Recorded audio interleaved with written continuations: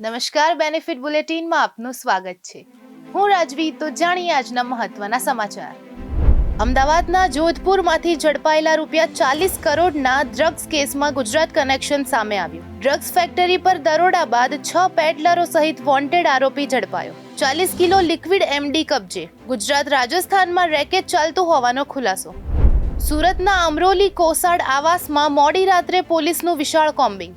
History sheeter સાથે માથાભારે શખ્સો પર તપાસ. હથિયારો કબજે. 5 તડીપાર ઝડપાયા. 30 લોકો સામે કેસ. ડીસીપી, એસીપી સહિત પીઆઈ જોડાયા.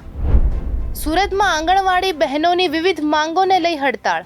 આજે અમદાવાદ એલિસ બ્રિજ પર ભૂખ હડતાળ યોજશે. સુરતથી 75થી વધુ બહેનો ખાનગી બસ મારફતે અમદાવાદ જવા રવાના. પગાર વધારો સહિતની માંગ ન સ્વીકારાય તો ઉપવાસની ચીમકી. ઇન્ડિગો સામે હવે કેન્દ્ર સરકાર કડક મૂડમાં. સતત ફ્લાઇટ રદથી મુસાફરોની મુશ્કેલી વધી. સરકારે દૈનિક ફ્લાઇટ સંખ્યા ઘટાડવાના સંકેત આપ્યા. હાલ 7.30 લાખ ટિકિટ સામે લગભગ ₹745 કરોડનું રિફંડ આપવામાં આવ્યું છે. તો આવા જ મહત્વના સમાચારો જાણવા માટે જોડાયેલા રહો બેનિફિટ ન્યૂઝ સાથે.